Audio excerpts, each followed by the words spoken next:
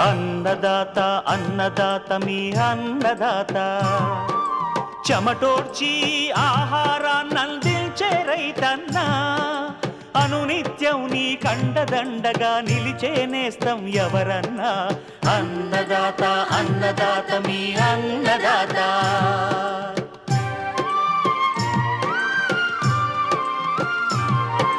నూతన రీతుల సాగుబడికి నూరింతలు పెరిగే దిగుబడికి సూచనలిచ్చే సస్య రక్షణకు పశు పోషణకి శాస్త్ర విజ్ఞానం అందించి ముందుకు నడిపే తెలుగు రైతు భారతదేశానికి మకుటం అయ్యేలా తీర్చిదిద్దే ఆశయంతో మిమ్ము మేలు కొలిపేది అన్నదాత అన్నదాత అన్నదాత మీ అన్నదాత అన్నదాత అన్నదాత మీ అన్నదాత. అన్నదాత ప్రేక్షకులకు నమస్కారం. ఈనాటి ముఖ్యాంశాలు: కాయల పెరుగుదలకు జామ తోటల్లో ప్రస్తుతం చేపట్టాల్సిన యాజమాన్యం,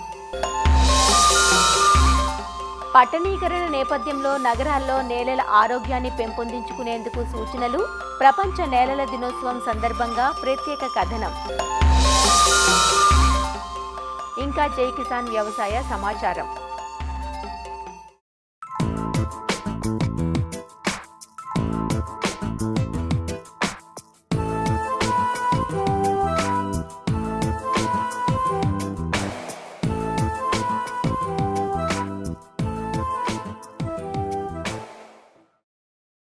పెరటి మొక్క స్థాయి నుంచి వాణిజ్య రూపును సంతరించుకుంది జామ. ఈ మధ్యకాలంలో జామకాయలకు పెరిగిన డిమాండ్ సాగును విస్తరింపజేస్తోంది. సాధారణ రకాలతో పాటు తైవాన్ రకాలు వినియోగదారులకు నిత్యం అందుబాటులో ఉంటున్నాయి. జామను అందరూ పండిస్తున్నా కాయ పెరుగుదల, రుచి మాత్రం సరైన యాజమాన్యం చేపట్టిన తోటల్లోనే బాగుంటుంది. శీతాకాలం జామ దిగుబడులు ఎక్కువగా ఉంటాయి కాబట్టి కాయ నాణ్యత కోసం మొక్కకు అందించే ఎరువుల పట్ల కాస్తంత శ్రద్ధ పెట్టాలి. దాంతోపాటు జామకాయల నాణ్యతను దెబ్బతీసే చీడపీడల పట్ల మెలకువగా ఉండి సకాలంలో వాటిని నివారించాలి. జామకాయ పెరుగుదలకు తోటల్లో ప్రస్తుతం తీసుకోవలసిన యాజమాన్య సస్యరక్షణ చర్యల గురించి సూచనలు అందిస్తున్నారు సంగారెడ్డి ఫల పరిశోధనా స్థానం ఉద్యానవన శాస్త్రవేత్త డాక్టర్ హరికాంత్. జామ చూసినట్టయితే మన రాష్ట్రంలో దాదాపు 1,00,000 ఎకరాల వరకు పండిస్తూ ఉన్నారు. సో ఈ జామలో చూసినట్టయితే మనకి 2 రకాలు అధికంగా పండిస్తూ ఉంటారు రైతులు. అందులో ముఖ్యంగా మొదటి రకము అలహాబాద్ సఫేదా, అదేవిధంగా రెండో రకము లక్నో 49. అలహాబాద్ సఫేదా చూసినట్టయితే పండు గుండ్రంగా మరియు అదేవిధంగా గింజ నాణ్యత అంటే మెత్తగా ఉండడం గమనించవచ్చు. 150 నుండి 180 గ్రాములు తూగుతుంది ఒక పండు.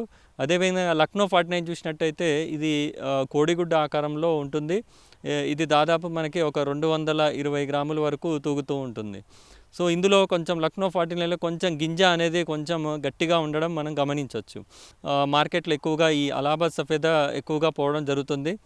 ఈ లక్నో 49 అనేది నిలవ శాతం ఎక్కువగా ఉంటుంది కాబట్టి కొన్ని ప్రాంతాల్లో ఇది కూడా ఎక్కువగా మనము చూస్తూ ఉంటాం. ఇప్పుడున్న పరిస్థితులు చూసినట్టయితే తోటల్లో ఇప్పుడు కాత సమయం కాబట్టి చలిలు తీవ్రత కూడా ఎక్కువగా ఉండడం వల్ల రాత్రి చలికి మరియు తెల్లారి ఎండకి వ్యత్యాసం ఉండడం వల్ల పండు నాణ్యత అనేది పెరుగుతుంది. సో ఈ పండు నాణ్యతని పెంచడం కోసం కూడా మనము పొటాషియం నైట్రేట్ అనే మందు అంటే మల్టీకే, దీన్ని మనం 5 గ్రాములు 1 లీటర్ నీటిలో కలిపి పిచికారీ చేసినట్టయితే పండు యొక్క రుచి మరియు పరిమాణం పెరిగే అవకాశం ఉంది. ఇందులో సూక్ష్మ లోపాలు అనేది మనకి జామలో కనిపిస్తూ ఉంటుంది ఆకు రూపంలో. ఈ సూక్ష్మ లోపాలని ఏదైతే ఎర్రగా మారిపోతున్నాయో ఆకులు మరియు తెల్లగా అంటే పసుపచ్చ కలర్లో మారుతున్నాయో వీటిని మనం అధిగమించడానికి ఫార్ములా 4 అదేవిధంగా ఫార్ములా 6 5 గ్రాములు 1 లీటర్ నీటిలో కలిపి పిచికారీ చేసినట్టయితే ఈ సూక్ష్మ లోపకాల నుంచి కూడా మనం అధిగమించవచ్చు. ఈ పండే సమయంలో మనము ఈ జామలో చూసినట్టయితే ఎక్కువగా మనకి పండు ఈగ అనేది ఇబ్బంది పెడుతుంది. సో ఈ పండు ఈగని మనము అధిగమించడానికి ఫిరమోన్ ట్రాప్స్ అంటారు. ఈ బుట్టల్ని మనము చెట్టు కొమ్మల దగ్గర అమర్చినట్టయితే 5 వరకు మనం 1 ఎకరానికి అమర్చినట్టయితే ఈ పండు ఈగ నివారించుకోవచ్చు. అదేవిధంగా కొంతమంది రైతులు మనం చూసినట్టయితే ప్రతి పండు కూడా బ్యాగింగ్ అనేది వేయడం జరుగుతుంది. మనకి బటర్ పేపర్ బ్యాగ్ కానీ లేదంటే రెడ్డిష్ బ్రౌన్ పేపర్ బ్యాగ్ కానీ ఒక్కొక్క పండుకు ఒక్కొక్క బ్యాగ్ తొడిగినట్టయితే పండు ఈగ నుండి కూడా నివారించుకోవచ్చు. అదేవిధంగా కాయ నాణ్యత కూడా ఈ బ్యాగింగ్ టెక్నిక్ వల్ల కాయ నాణ్యత కూడా పెరిగే అవకాశం ఎక్కువగా ఉంది.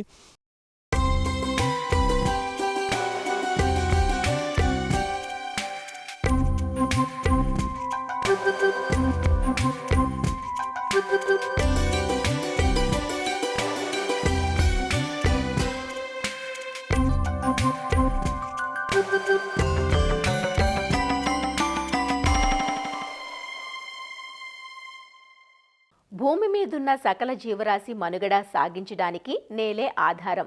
పర్యావరణ పరిరక్షణలో భాగంగా నేలల ఆరోగ్యాన్ని కాపాడుకోవడం మనందరి బాధ్యత. ప్రతి ఏటా డిసెంబర్ 5న ప్రపంచ నేలల దినోత్సవాన్ని జరుపుకుంటాం.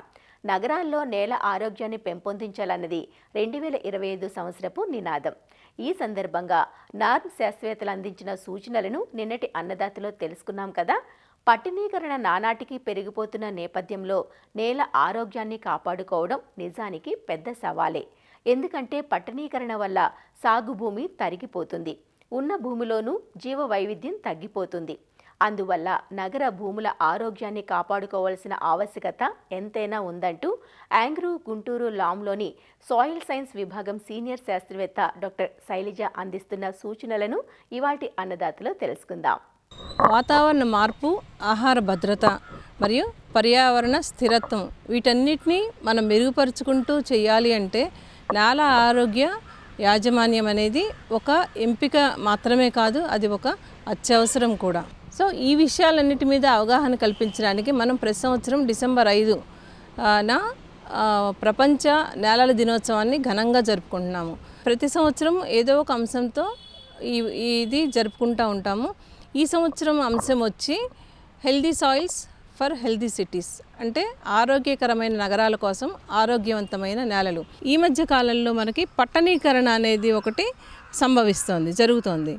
సో ఈ పట్టణీకరణ వలన ఏమవుతుందంటే సాయిల్ సీలింగ్ అనేది ఏర్పడుతుంది. ఈ సాయిల్ సీలింగ్ అంటే సాయిల్ మొత్తము కవర్ చేయబట్టము. దీనిలో మళ్ళీ 2 రకాలు ఉన్నాయి. ఒకటి మొత్తము సాయిల్ సీలింగ్ జరగడము, తర్వాత పాక్షికంగా సీలింగ్ జరగడం. మొత్తం సాయిల్ సీలింగ్ జరగడం అంటే మనం ఈ పట్టణాలకి అవసరమైన ఇన్ఫ్రాస్ట్రక్చర్ ఫెసిలిటీస్ కోసం రోడ్లు వేయటము, ఫ్లైఓవర్స్ వేయటము, ఆ తర్వాత ఈ మిగిలిన వీటి వలన ఏమవుద్దంటే మట్టి మొత్తము సీలింగ్ చేయబడుతుంది. దీనివల్ల పూర్తిగా మనకి సాగు భూమి అనేది మనం నష్టం పోవడం జరుగుతుంది.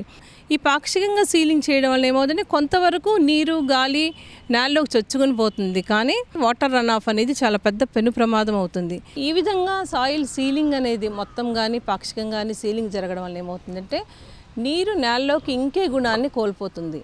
అంటే ఏంటంటే జల ప్రవాహము నీరుతో పాటు మట్టి కొట్టుకొని పోవడము, మన ట్యాంక్స్ అన్నీ కూడా మట్టితో నిండిపోవడము, సిల్టింగ్ జరగడము ఇవన్నీ జరుగుతుంది. కాబట్టి వాటి సామర్థ్యము, నీటి నిల్వ ఉంచే సామర్థ్యం కూడా తగ్గిపోతుంది. అలానే నేలలో కర్బనం అనేది తగ్గిపోతుంది, కార్బన్ సీక్వెస్ట్రేషన్ తగ్గుతుంది. సేంద్రీయ కర్బనం తగ్గటం వలన నీరుని పట్టి ఉంచే గుణం కూడా నేల కోల్పోతుంది, ఉష్ణోగ్రతలు పెరగడం జరుగుతుంది. సో ఇది మొత్తం కూడా మరింత పర్యావరణానికి విఘాతం కలిగిస్తుంది. కాబట్టి ఇలాంటి చోట్ల పట్టణాల్లో మనం ఏం చేయాలంటే వర్టికల్ గార్డెనింగ్ అని, లేదంటే టెరెస్ గార్డెనింగ్ అని, లేదంటే ఈ మధ్య హైడ్రోపోనిక్స్ మీద కూడా మనకి పరిశోధనలు జరుగుతున్నాయి. సో ఇలాంటివి మనం అందిపుచ్చుకోవాల్సిన అవసరం ఎంతైనా ఉంది. పట్టణీకరణ వల్ల సాగు భూమిని కోల్పోతున్నాం అనేది మనందరికీ తెలిసిందే. కాబట్టి మనకి ఉన్న నేలలో ఉత్పాదకత ఎంతవరకు పెంచుతున్నాము, అదేను పర్యావరణ కాలుష్యం లేకుండా సుస్థిర దిగుబడులు ఎంతవరకు తీసుకోగలుగుతున్నాం అనేది చాలా ముఖ్యమైన అంశం ఇక్కడ. సో ఇలా సుస్థిర దిగుబడులు పొందాలి అంటే మనం కేవలం రసాయనిక ఎరువుల మీద మాత్రమే ఆధారపడకుండా వివిధమైన మనకి స్ట్రాటజీస్ ఉన్నాయి, టెక్నాలజీస్ ఉన్నాయి. ఏమంటే సేంద్రియ ఎరువులను వాడుకోవడం, కోళ్ళ ఎరువు, పశువుల ఎరువు, సో ఇలాంటివన్నీ కూడా మనం వాడుకుంటూ రసాయనిక ఎరువుల వాడకాన్ని తగ్గించుకోవచ్చు. నేలలో కార్బన్ శాతం కూడా వృద్ధి చెందుతుంది. నేలలో ఎప్పుడైతే కార్బన్ శాతం వృద్ధి చెందుతుందో సూక్ష్మజీవుల పాపులేషన్, జనాభా కూడా పెరుగుతుంది. అలానే పోషక చక్రాలు కూడా చక్కగా జరుగుతాయి, అంటే న్యూట్రియంట్ సైక్లింగ్. ఈ పోషక చక్రాలు జరగడం వల్ల ఏమవుతుందంటే పంటకి పోషకాలన్నీ అందుబాటులోకి వస్తాయి, మనం వినియోగ సామర్థ్యాన్ని కూడా పెంచుకోగలుగుతాం. అలానే రెండోది ఏంటంటే జీవన ఎరువులు. అపరాలకైతే రైజోబియం అనే జీవన ఎరువు అందుబాటులో ఉంది. అలానే అపరాలు కానీ మిగిలిన పంటలకైతే పత్తి, మొక్కజొన్న ఇలాంటి పంటలకైతే అజోస్పైరిల్లం, అజిటోబ్యాక్టర్ అనేవి అందుబాటులో ఉన్నాయి. కాబట్టి ఇవేం చేస్తాయంటే వాతావరణంలో 78% ఉన్న నత్రజనిని నేలలోకి ఫిక్స్ చేస్తాయి, స్థిరీకరించి మొక్కకి అందుబాటులోకి తెస్తాయి. వీటి వల్ల మనం అదనంగా రసాయనిక ఎరువుల వాడకాన్ని కొంచెంగా తగ్గించుకోవచ్చు. అలానే నత్రజని కాకుండా భాస్వరం, పొటాషియం అందించే జీవన ఎరువులు కూడా ఉన్నాయి. అవేంటంటే పిఎస్బి, ఫాస్ఫరస్ సాల్యుబిలైజింగ్ బ్యాక్టీరియా, అలానే KRB, potassium releasing bacteria. So ఇవేం చేస్తాయంటే భాస్వరాన్ని, పొటాషియాన్ని రిలీజ్ చేస్తాయి. ఇదే కాకుండా మనకి ఇంకొక జీవన ఎరువు ఉంది. అదేంటంటే వ్యామ్, వెసిక్యులార్ ఆర్బిస్క్యులార్ మైకోరైజా. ఇదేం చేస్తుందంటే పోషకాలని భూమి లోపలి పొరల నుంచి అందించడమే కాకుండా బెట్ట పరిస్థితిలో లోపల నుంచి నీటిని కూడా గ్రహించి మనకి పంటకు అందజేస్తుంది. కాబట్టి దీనివలన బెట్టని తట్టుకునే సామర్థ్యం కూడా పెరుగుతుందన్నమాట. రైతులు చాలా వరకు పంట అవశేషాలని తగలబెడుతున్నారు. అది పంట అవశేషాలు అనేవి పోషకాల గని. సో ఇందులో ఉన్న పోషకాలన్నీ వృధాగా పోవడమే కాకుండా రెండో వైపు ఏంటంటే అందులో నుంచి మనం తగలబెట్టినప్పుడు వచ్చే ఆ వాయువుల వలన మళ్ళీ వాతావరణ కాలుష్యం ఏర్పడటము, గ్లోబల్ వార్మింగ్, క్లైమేట్ చేంజ్ జరగడము జరుగుతుంది. ఈ పంట అవశేషాలు సుమారుగా 40-45% కర్బనం ఉంటుంది. అలానే 0.6 నుంచి 1% నత్రజని ఉంటుంది, 0.4 నుంచి 2% భాస్వరం ఉంటుంది, 13 నుంచి 28% పొటాషియం ఉంటుంది. కాబట్టి మనం వీటిని సమర్థవంతంగా నేలకు అందించుకోగలిగితే సుస్థిర దిగుబడులను పొందడానికి అవకాశం ఉంటుంది. పంటకాలం అయిపోయాక ష్రెడ్డర్ వేసేసామంటే అవి సన్న సన్న ముక్కలు చేసి నేలలో కలిదున్నేస్తాయి. ఏఆర్ఎస్ అమరావతి నుంచి మనకి డికంపోజింగ్ యాంగ్రో డికంపోజర్ అనే పేరుతో కన్సార్షియం, సూక్ష్మజీవుల కన్సార్షియం రిలీజ్ చేయడం జరిగింది. 1 టన్నుకి 1 కేజీ డికంపోఏ, 1 కేజీ డికంపో బి. ఇందులో 2 ఉంటాయి, కాంపోనెంట్స్ ఉంటాయి. డికంపోఏ 1 కేజీ, డికంపో బి 1 కేజీ కలిపి ఆ పంట అవశేషాలని నేలలో కలిదున్నాక కొద్దిగా 50 కేజీల పశువుల ఎరువులో కలిపి నేల మీద మనం పల్చగా పరిచినట్లయితే అవశేషాలని కుళ్ళపెట్టేస్తుంది. కాకపోతే ఇక్కడ మనం గమనించుకోవాల్సిన విషయం ఏంటంటే నేలలో తగినంత తేమ ఉండేటట్టు చూసుకోవాలి. నేలలో సేంద్రియ కర్బన శాతం దిగజారిపోతున్న ప్రస్తుత పరిస్థితుల్లో నేలలకు జీవం పోసేందుకు సహజ సాగు పద్ధతులు ఉపకరిస్తాయంటారు ఆంధ్రప్రదేశ్లోని రైతు సాధికార సంస్థ కార్యనిర్వాహక ఉపాధ్యక్షులు విజయ్ కుమార్. 95% ఆహారము మట్టిలోనే ఉత్పన్నమవుతుంది. సో అందుకు మట్టి ఎంత ఆరోగ్యకరంగా ఉంటే మనకు ఆరోగ్యం ఇస్తుంది. ప్రతి సంవత్సరము ప్రపంచవ్యాప్తంగా 24 బిలియన్ మెట్రిక్ టన్స్ అంటే 2400 కోట్ల టన్నుల మట్టి సముద్రంలోకి పోతా ఉంది. మన భారతదేశం పరిస్థితి ఇంకా సీరియస్. 500 కోట్ల మెట్రిక్ టన్నుల మట్టి ప్రతి సంవత్సరము సముద్రంలోకి వెళ్తుంది. అంత వేగంగా మన మట్టి కోల్పోతున్నాము. దాన్ని తిరిగి మనల్ని మనం కాపాడుకోవడానికి ఏకైక మార్గము ప్రకృతి వ్యవసాయం చేయడము. గత 70 సంవత్సరాలలో భారతదేశంలోనే 1% సాయిల్ కార్బన్ ఉండేది, ఇప్పుడు 0.3%కి పడిపోయింది. చాలా మంచి ఆరోగ్యవంతమైన మట్టి ఉండాలంటే 3% సాయిల్ ఆర్గానిక్ మ్యాటర్ ఉండాలని శాస్త్రజ్ఞులు చెప్తారు. ప్రస్తుతం మన వ్యవసాయ విధానం వల్ల మన భారతదేశంలో ప్రతి సంవత్సరము ప్రతి హెక్టేర్ 15 టన్నుల మట్టి పోగొట్టుకుంటున్నాం. మన సాయిల్స్ని రిజ్యూనేట్ చేయడానికి ప్రకృతి వ్యవసాయ విధానాలు దీనికి తోడ్పడతాయి. And that's the best way. సాయిల్స్ని సజీవపరచడానికి నిరంతరము పంటలు ఉండాలి. దాన్ని మేము 365 days గ్రీన్ కవర్ విధానం అని చెప్తాం.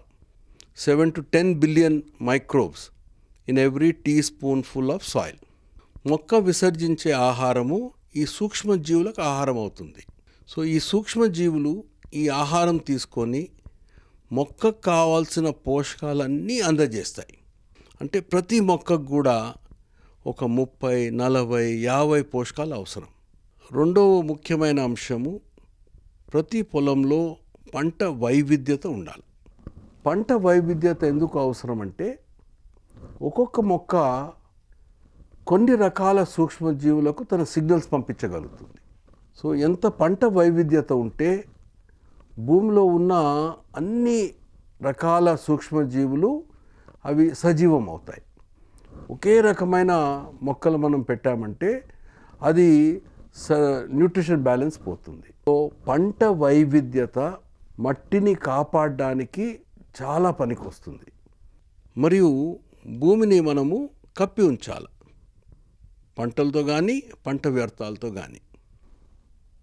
ఆ తర్వాత ప్రకృతి వ్యవసాయంలో 4వ సిద్ధాంతము భూమిని చాలా తక్కువ దున్నాలి. లోతు దుక్కులు అది భూమికి చాలా హానికరం. So minimal tillage, zero tillage. So మంచి మట్టి అంటే ఒక 50% గాలి ఉండాలి. అప్పుడు వర్షం పడితే నీళ్లు లోపలికి ఇమికిపోతాయి, మట్టి కొట్టుకొని పోదు. అప్పుడు అంటే భూమిలో 1 గ్రామ్ కార్బన్ పెరిగిందంటే అదనంగా 8 గ్రాముల నీళ్లను ఆకట్టుకోవచ్చు. సో అలాంటప్పుడు మనకు వర్షాభావ పరిస్థితుల్లో కూడా మొక్కలకు ఏ రకమైన ఇబ్బంది లేకుండా నీటి అవసరాన్ని ఈ ప్రాసెస్ ద్వారా ఫుల్ఫిల్ అవుతుంది. వీటిని ప్రేరేపించడానికి కొన్ని ప్రకృతి వ్యవసాయ సిద్ధాంతంలో కొన్ని బయలాజికల్ ఇన్పుట్స్ ఉన్నాయి. బీజామృతం అని, ఘనజీవామృతము, ద్రవజీవామృతము, తర్వాత పంచకవ్య, ఇవన్నీ ఇది ఏదో ఎన్పికే వస్తుందని కాదు. దీనివల్ల భూమిలో ఉన్న సూక్ష్మజీవులను ప్రేరేపించడానికి ఇవి ప్రకృతి వ్యవసాయం సిద్ధాంతాల వల్ల మన మట్టిని తిరిగి మన పూర్వీకుల కాలంలో ఎంత సజీవంగా ఉండేదో ఆ స్థాయికి వచ్చే 10, 15, 20 సంవత్సరాల లోపే మనం తీసుకెళ్ళగలుగుతాము. మరియు రైతుల ఆదాయము 200-300 పెరిగే అవకాశం కూడా ప్రకృతి వ్యవసాయం ద్వారానే వస్తుంది. ప్లస్ మన ఆరోగ్యము, బయోడైవర్సిటీ క్రియేట్ చేయడానికి కూడా ఇది గొప్ప అవకాశము. మరియు భూములు బంజర్ కాకుండా ఈ స్ప్రెడ్ ఆఫ్ డెజర్టిఫికేషన్ అది ఆపొచ్చు మనము. మరియు మన ఈ రసాయనాలు వాడకం వల్ల ఆ రసాయనాల అన్నీ కూడా నీళ్లలో కలిసిపోయి సముద్రంలోకి వెళ్ళి అక్కడ కూడా సీ లైఫ్ కూడా చాలా డిస్ట్రాయ్ చేశాయి. దాన్ని మనం అరికొట్టచ్చు. ఎయిర్ పొల్యూషన్ తగ్గుతుంది. సో ఒక్క మంచి పద్ధతి వల్ల మనం ఇన్ని లాభాలు మనము సాధించవచ్చు. కాబట్టి ప్రతి ఒక్కరికి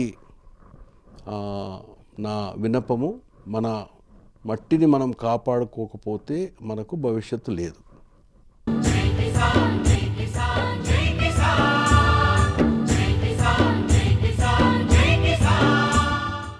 వ్యవసాయ సమాచారం ఇప్పుడు జై కిసాన్లో చూద్దాం. ఆంధ్రప్రదేశ్లోని నెల్లూరు జిల్లా పొదలకూరు వ్యవసాయ పరిశోధనా స్థానంలో అపరాలపై పరిశోధనలు జరుగుతున్నాయి. ముఖ్యంగా మినుము, పెసర పంటల్లో నూతన రకాల ఉత్పత్తి, చీడపీడల యాజమాన్యంపై ఇక్కడి శాస్త్రవేత్తలు కృషి చేస్తున్నారు. పప్పు ధాన్యాల ఉత్పత్తి పెంచే దిశగా కేంద్ర, రాష్ట్ర ప్రభుత్వాలు చర్యలు చేపడుతున్న నేపథ్యంలో ఇక్కడ పరిశోధనలు ముమ్మరం చేస్తున్నట్లు శాస్త్రవేత్తలు చెబుతున్నారు. అలానే ఇక్కడ పాలిటెక్నిక్ కళాశాల ఉండటంతో విద్యార్థులకు అపరాల సాగుకు సంబంధించిన పరిజ్ఞానాన్ని అందిస్తున్నామని అంటున్నారు. ప్రస్తుతం మినుములో 3 రకాలు, పెసరలో 2 కొత్త రకాలపై పరిశోధనలు తుది దశకు చేరుకున్నట్లు వివరిస్తున్న నెల్లూరు జిల్లా పొదలకూరు పరిశోధనా కేంద్రం ప్రధాన శాస్త్రవేత్త ప్రసన్న రాజేష్ అందిస్తున్న పూర్తి వివరాలను ఇప్పుడు చూద్దాం. రాష్ట్రంలో 32 వ్యవసాయ పరిశోధన స్థానాలున్నాయి. అందులో ప్రధానంగా నెల్లూరు జిల్లా పొదలకూరులో ఉన్న అపరాలకు సంబంధించి ప్రత్యేకంగా ఇక్కడ పరిశోధన చేయడం జరుగుతుంది. ఈసారి కొత్త రకాలు తయారీ కోసంగా ఇక్కడ శాస్త్రవేత్తలు తీవ్ర కృషి చేస్తున్నారు. అందులో భాగంగా ప్రధాన శాస్త్రవేత్త ప్రసన్న రాజేష్ గారు ఉన్నారు. వారిని అడిగి తెలుసుకుందాం అసలు ఈ పొదలకూరు రీసెర్చ్ స్టేషన్లో రానున్న 2 సంవత్సరాల్లో ఎలాంటి వంగడాలు తయారు చేస్తారనేది. సార్ నమస్తే అండి. నమస్తే అండి. రానున్న 2 సంవత్సరాల్లో మీరు ఎలాంటి ఇక్కడ ఈ పొదలకూరులో పరిశోధన కేంద్రాలు అపరాలకు సంబంధించి ఎలాంటి చేయబోతున్నారు?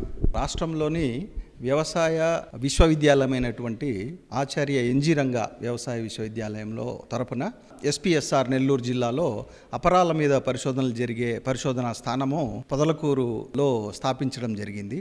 అపరాలలో మినుములు అలాగే పెసర అధిక దిగుబడినిచ్చేటువంటి వంగడాల అభివృద్ధి అలాగే చీడపీడల యాజమాన్యం గురించి కూడా పరిశోధనలు చేయడం జరుగుతుంది. వంగడాల అభివృద్ధిలో భాగంగా ముఖ్యంగా బ్రీడింగ్ ప్రోగ్రామ్ అంటాము. ఫస్ట్ క్రాసింగ్ ప్రోగ్రామ్ చేస్తాము, తర్వాత వచ్చే జనరేషన్స్లో నుంచి సెలక్షన్స్ చేయడం జరుగుతూ ఉంటుంది. సామర్థ్య దిగుబడి పరీక్షలు కూడా చేయడం జరుగుతుంది. అంటే స్టేషన్ ట్రయల్స్ అంటాం అనమాట. వాటిల్లో బాగా అధిక దిగుబడినిచ్చేటువంటి రకాలను మళ్ళీ నెక్స్ట్ స్టేజ్కి ప్రమోట్ చేయడం జరుగుతూ ఉంటుంది. అట్లా ఇప్పుడు మనకు ఫైనల్ స్టేజ్కు ఒక మినుముల్లో ఒక 3 రకాలు, పెసరలో ఒక 2 రకాలు రావడం జరిగింది. సో వీటిని విత్తనోత్పత్తి దీంట్లో ఉందన్నమాట. సో సీడ్ మల్టిప్లికేషన్ చేసిన తర్వాత మల్టీ లొకేషన్ ట్రయల్ అని చెప్పేసి దిగుబడి సామర్థ్య పరీక్షల కోసము స్టేట్ లెవెల్లో కొన్ని స్టేషన్స్కి అలాగనే ఆల్ ఇండియా కోఆర్డినేటెడ్ నేషనల్ లెవెల్లో కూడా కొన్ని కంట్రిబ్యూట్ చేయడం జరుగుతుంది. సో ఈ సీజన్లో సీడ్ మల్టిప్లై చేసి అంటే విత్తనోత్పత్తి చేసి నెక్స్ట్ ఇయర్కు అంటే రబీ కాలంలోనే దీని ఎంఎల్టీలు తర్వాత ఆల్ ఇండియా కోఆర్డినేటెడ్లో కూడా పరీక్ష చేయడం జరుగుతుంది. రకరకాల జెర్మ్ ప్లాజం అంటాము. డిఫరెంట్ రీసెర్చ్ స్టేషన్స్ వ్యవసాయ పరిశోధనా స్థానాల నుంచి జెర్మ్ ప్లాజం మనం కలెక్ట్ చేసి ఇక్కడ దాన్ని స్క్రీనింగ్ చేయడం జరుగుతుందన్నమాట. అట్లానే మనకు మినుములకు సంబంధించి PU31 అనే రకము అట్లానే TBG 104 అనే రకం కూడా విత్తనోత్పత్తి చేయడం జరుగుతుంది. ఆశించినంత దిగుబడి రాకపోవడానికి కారణము ముఖ్యంగా అపరాల్లో నాణ్యమైనటువంటి విత్తనం మనకు దొరకడం లేదనమాట. అందువల్ల రైతులు మామూలుగా ఎక్కడన్నా దొరికిన విత్తనాన్ని తీసుకొని వచ్చి వేయడం కానీ ఇట్లా చేయకుండా విత్తనాభివృద్ధి సంస్థల దగ్గర నుంచి కానీ లేదంటే వ్యవసాయ పరిశోధనా స్థానాల దగ్గర నుంచి కానీ మనం నాణ్యమైన విత్తనం తీసుకున్నట్లయితే మనకు అధిక దిగుబడినిచ్చేదానికి అవకాశం ఉంటుంది. నెల్లూరు జిల్లాలో ప్రధానంగా రబీ దాదాపు 10 లక్షల ఎకరాల్లో రబీలో వరి సాగు చేస్తారు. ఇంత భారీ ఎత్తున సాగు చేస్తున్న రైతులు ఈ వరిని తగ్గించుకొని మినుము పెసర వీటిని మంచి ధరలో వచ్చి పలుకుతున్నాయి కూడా మార్కెట్లో. వీటిని సాగు చేసుకోమని కూడా చెప్తున్నారు రాష్ట్ర ప్రభుత్వం కూడా. కానీ మనకు ఎందుకు వీటిని రబీని తగ్గించి వేయలేకపోతున్నారు? ముఖ్యంగా మనకు నీళ్లు ఎక్కువ ఉన్నాయని చెప్పేసి మనకు చాలామంది రైతులు వరికి వెళ్తున్నారు. అట్లానే రైస్ తర్వాత పల్సెస్ వేసే పద్ధతి కూడా చాలా వరకు అవలంబిస్తూ ఉన్నారనమాట. నేషనల్ లెవెల్లో కూడా మనకు ప్రొడక్షన్ బాగా తగ్గింది అని చెప్పేసి కేంద్ర స్థాయిలో కూడా ప్రభుత్వము ఇప్పుడు కాన్సన్ట్రేషన్ పెరిగింది. అందుకనే ఈ ఫుడ్ సెక్యూరిటీ మిషన్లు అంటూ వచ్చాయి. మన పొదలకూరు రిజిస్టర్ స్టేషన్లో ఎంత స్థలం ఉంది, దీంట్లో ఎన్ని ఎకరాల్లో ఈ ప్రయోగం చేస్తున్నారు? ఇది దాదాపు 22 ఎకరాల పొలం అండి. ఇక్కడ ఖరీఫ్లో కూడా ఒక 5 ఎకరాలు, రబీలో కూడా ఒక 5 ఎకరాలు మనకు బ్రీడింగ్ పర్పస్ మాత్రమే చేస్తూ ఉన్నాము.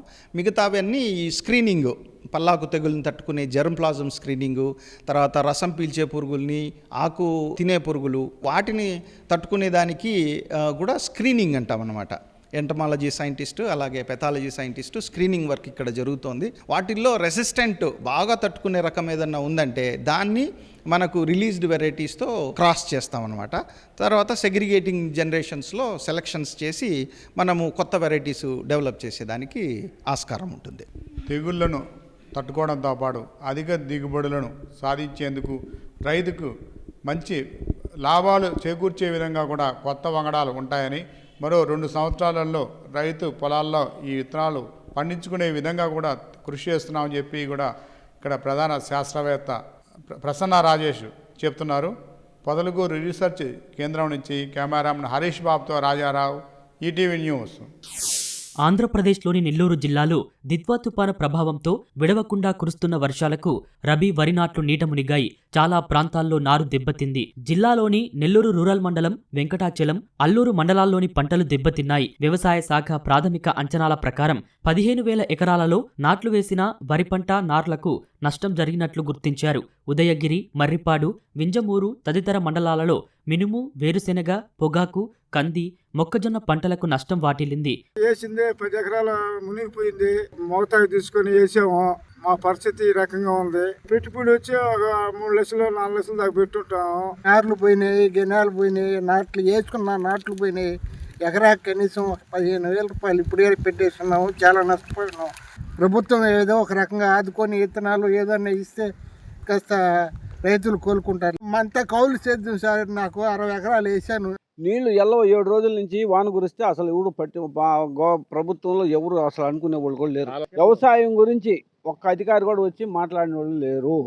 మరిన్ని విభిన్న అంశాలతో రేపటి అన్నదాతలో మళ్ళీ కలుసుకుందాం. నమస్కారం.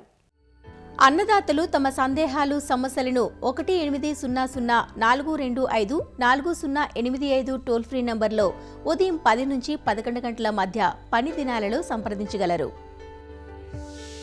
ఈ కార్యక్రమాన్ని యూట్యూబ్లో www.youtube.com/అన్నదాత ఈటీవీ లింక్ ద్వారా వీక్షించవచ్చు.